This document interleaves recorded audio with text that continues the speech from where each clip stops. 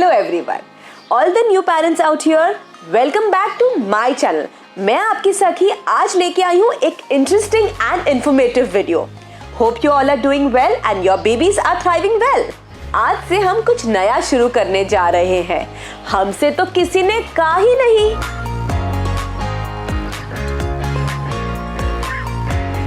This series is going to be specially for my all new parents out here. जो कोई नहीं बताएगा वो मैं आपको इस सीरीज में बताऊंगी. जब मैं पहली बार माँ बनी थी तो बहुत सारी ऐसी चीजें थी जो मुझे पता ही नहीं था. And then disaster happens. So this series is going to be for my all new parents. आज का टॉपिक काफी इंटरेस्टिंग है. मुझे इंस्टाग्राम पे भर भर के डीएम्स आए हैं स्पेशली फॉर दिस टॉपिक. तो सोचा यहाँ पे आके आपसे बात की जाए. Today's topic is going to be about regression. Trust me, all the babies in their first year of life goes through regression. और ये हमें कोई नहीं बताएगा.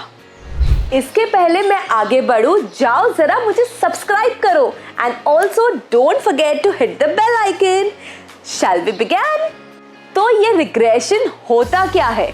In babies' contacts, if I tell you, it's basically a temporary reverse or a setback in their behavior, their skills, their developments. So वो थोड़े time के लिए एक चीज़ ऐसी हो जाती है कि they start rejecting it. And अगर ये parents को नहीं पता हो तो it's like बहुत सारे question marks आके खड़े हो जाते हैं and they start stressing so much on it. अब आप ही सोचो, कल तक आपका बच्चू अच्छे से दूध पी रहा था बट अचानक से ही starts rejecting it. Or maybe for an instance your Bachchu was sleeping super well, everything was going super normal, but अचानक से he starts to get up very frequently. You will worry, right? लेकिन अगर आपको पता हो कि ऐसा होने वाला है एंड कब हो रहा है तो as a parents I am sure you would be much relaxed, much calmer and you will not worry about it. And I know as a mom we are bound to take so much of a stress but this will surely make your life simpler. So regression क्यों होता है? Basically जब बच्चों अपने पहले साल में होता है तो उनके डेवलपमेंट काफी फास्ट होते हैं and when they develop new milestone it happens that they start rejecting few things and it's quite normal. The common regression that a baby faces are food regression and a very common thing is a sleep regression and it's okay. अगर parents को पता ना हो तो tension हो जाता है. Okay तो चलो अब हम बात करते हैं अबाउट स्लीप रिग्रेशन की. Sleep regression basically happens when your kid is 4 to 6 weeks, 4 to 6 months and most common it is when your kid is 9 to 12 months. Okay तो इसमें बेसिकली होता क्या है ना, your kid starts getting up very frequently, starts to get very fussy, very irritated और शांत करने पे भी वो शांत नहीं होते हैं. और बहुत एक्सट्रीम सिनेरियो में तो ये होता है कि वो लोग बहुत ज़्यादा रोते रहते हैं एंड वो चुप होने पे भी वो नहीं होते हैं. तो वो बहुत कॉमन है moms and this is just a phase and it will go with the time. तो it's no need to be panic. Basically ये क्यों होता है? Because they are developing a new milestone, so उसके वजह से they have started to face regression. Okay तो मैं आपको मेरा एक एक्सपीरियंस शेयर करूंगी. बेसिकली जब जिगली के साथ I was first time mom तो आई यूज्ड टू लिटरली जब ये रिग्रेशंस वगैरह मेरे सामने आया, like Jiggly started you know sleep regression period उसका स्टार्ट हुआ and he was just like 5-6 weeks and that's the first time when he face this regression. तो मैं बहुत रोई, literally I literally cried a lot कि क्या हो रहा है, क्यों इतना रो रहा है, because he was extremely crying very फासी एंड वो पूरी रात चला. And I was literally like हम लोग भागते भागते डॉक्टर के पास गए. ही आस्क्ड पीडियाट्रिक कि ये नॉर्मल है, क्या हो रहा है उसको. अचानक से हम जब घर से बाहर निकले he was very calm, like okay वो चुप हो गया बट वो घर पे इतना रो क्यों रहा था. तो डॉक्टर सेड मी कि इट्स अ स्लीप रिग्रेशन बहन, कुछ नहीं है, तू शांत हो जा. तो I said okay doctor thank you so much कि इट्स अ पीरियड और ये होता है. एंड विद जियान जिगली के साथ भी हमने ये हुआ, उसके बाद हमने बहुत अच्छे से रूटीन मेंटेन किया और ये कभी हुआ नहीं उसके बाद. एंड विद जियान तो डे 1 से हमने कभी ये चीज़ से हम गए नहीं हैं. तो स्लीप रूटीन उनका बहुत अच्छे से मैंने मैनेज किया है एंड अबाउट हिज रूटीन, वो इसके स्लीप रूटीन कैसे मैं मैनेज करती हूँ ये सब मैं किसी और दिन किसी और व्लॉग में बताऊँगी. But this has really been a blessing to maintain a sleep routine for them.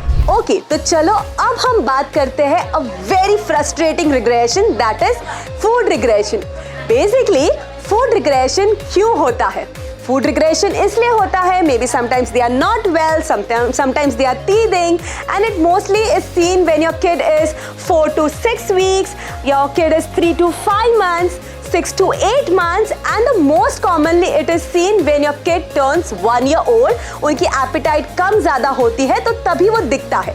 Now, बहुत अच्छी लगने वाली चीज़, उनकी फेवरेट चीज़ भी वो बहुत बार रिजेक्ट करेंगे, and you would think moms कि ये क्या हो रहा है, and you will start panic कि वो बच्चा कुछ नहीं खा रहा है, and this will panic will lead to them कि वो रिग्रेशन बहुत बढ़ेगा, तो कम नहीं होगा. तो it's okay, take a chill pill, take a movement, let them reject it. अगर वो कभी वो नहीं भी खाते हैं तो it's okay, let them take their time. Now 4 to 6 weeks में इसलिए बिकॉज वो नया लैच करना सीखे हैं, तो कभी कभार वो डिस्ट्रैक्ट हो जाते हैं, कभी कभार दे tend to forget that. So it's okay sometimes if they are not at all latching and they are not doing a breastfeeding properly, it's okay. And 3 to 5 months में इसलिए बिकॉज वो अभी नए वर्ल्ड को जानने लगे हैं, वो आसानी से उस टाइम पे डिस्ट्रैक्ट हो जाते हैं, तो तभी भी इट्स क्वाइट कॉमनली सीन कि वो ब्रेस्ट फीडिंग रिजेक्ट कर रहे हैं. So it's okay. And 7 to 8 months बोला इसलिए because they have newly started their solid journey. तो अभी जस्ट उन्होंने सॉलिड जर्नी शुरू की है, तो इतना फ्रिक्वेंटली उनको आप नहीं देखोगे वो अडेप्ट करके खाएंगे, बहुत रेयर होता है, तो वो कभी ऐसे रिग्रेट करते भी है अगर सपोज, तो it's okay, let them do it. Third regression की हम बात करेंगे तो that is teething regression. Teething regression is very common and it's seen when your kid turns around 5 months and it goes on up to like 15-16 months, it goes on up to that. So basically teething regression में क्या होता है, your baby starts teething, तो उसके वजह से maybe sometimes they reject to sleep, they reject to eat something, gets very fussy, they are पूरा दिन tantrums, पूरा दिन रोते रहेंगे, do not want to go down and play, do not want to do anything, just want your गोदी. तो उसमें ये चीज़ें होती है and काफ़ी difficult होती है as a parents, but it's okay, take a time, take a chill pill, it happens. कोई बड़ी बात नहीं है, वो मैटर ऑफ टाइम, डेज का है, and things will get back to the normal.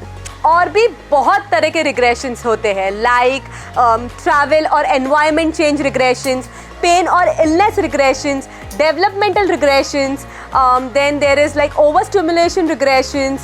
Yes, this you haven't heard, but there are this kind of a regressions. Then there is a separation anxiety regressions.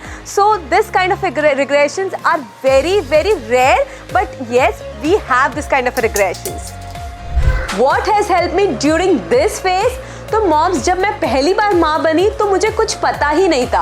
I was literally crying, used to get irritated, and I was also going through a postpartum depression. So मुझे और ज़्यादा वो चीज़ें लगती थी. But जब मैं second time माँ बनी with Jiyan, I was quite well prepared. हमसे तो किसी ने कहा ही नहीं. ये सीरीज में मैं जल्दी लौटूंगी मेरे दूसरे वीडियो के साथ. तो तब तक के लिए stay happy and happy parenting. Bye, Tata.